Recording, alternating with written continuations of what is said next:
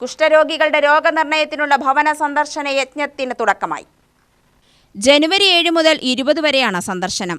Tirur KP Kesava Menon ഓഡിറ്റോറിയത്തിൽ PP Sumod MLA ഉദ്ഘാടനം ചെയ്തു. സ്വാഭാവികമായും ഇത് തുടർച്ചയായ ഒരു ക്യാമ്പയിനാണ്. ഓരോ വർഷങ്ങളും ഇത്തരം പരിശോധന നടത്തും. ഇവിടെ നേരത്തെ സൂചിപ്പിച്ചതുപോലെ നേരത്തെ 110 ആളുകൾ നമുക്ക് കണ്ടെത്തി.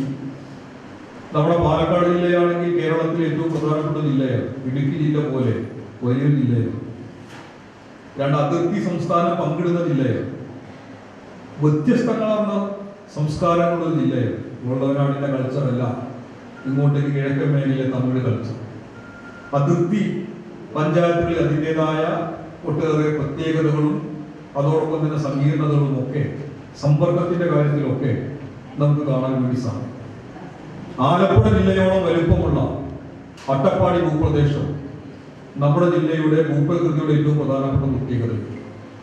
എത്രയോ വിദൂരതയിൽ നമുക്ക് ഒരുപക്ഷെ അര ദിവസം നടന്നു മാത്രം ചെല്ലാൻ അല്ലെങ്കിൽ അതിദുർഘടമായ പാതകളുള്ള പ്രദേശങ്ങൾ, പ്രത്യേകിച്ച് അട്ടപ്പാടിയിലെ ഷോളൂർ ഉൾപ്പെടെയുള്ള പഞ്ചായത്തുകളിൽ, പുതൂർ ഉൾപ്പെടെയുള്ള പഞ്ചായത്തുകളിൽ, അകലൂർ ഉൾപ്പെടെയുള്ള പഞ്ചായത്തുകളിൽ നിങ്ങൾക്ക് കാണാൻ വേണ്ടി കഴിയും.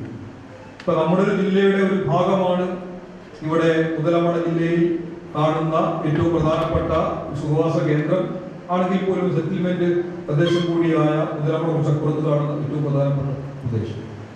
Block panchayat president T Kannan അധ്യക്ഷത വഹിച്ചു. അശ്വമേധം 7.0 എന്ന പേരിലാണ് യജ്ഞം ആരംഭിച്ചത്. ലക്ഷണങ്ങൾ കണ്ടെത്തുന്നവരെ ആരോഗ്യ പ്രവർത്തകരും വോളണ്ടിയർമാരും ചേർന്ന ആശുപത്രികളിലേക്ക് റെഫർ ചെയ്യും.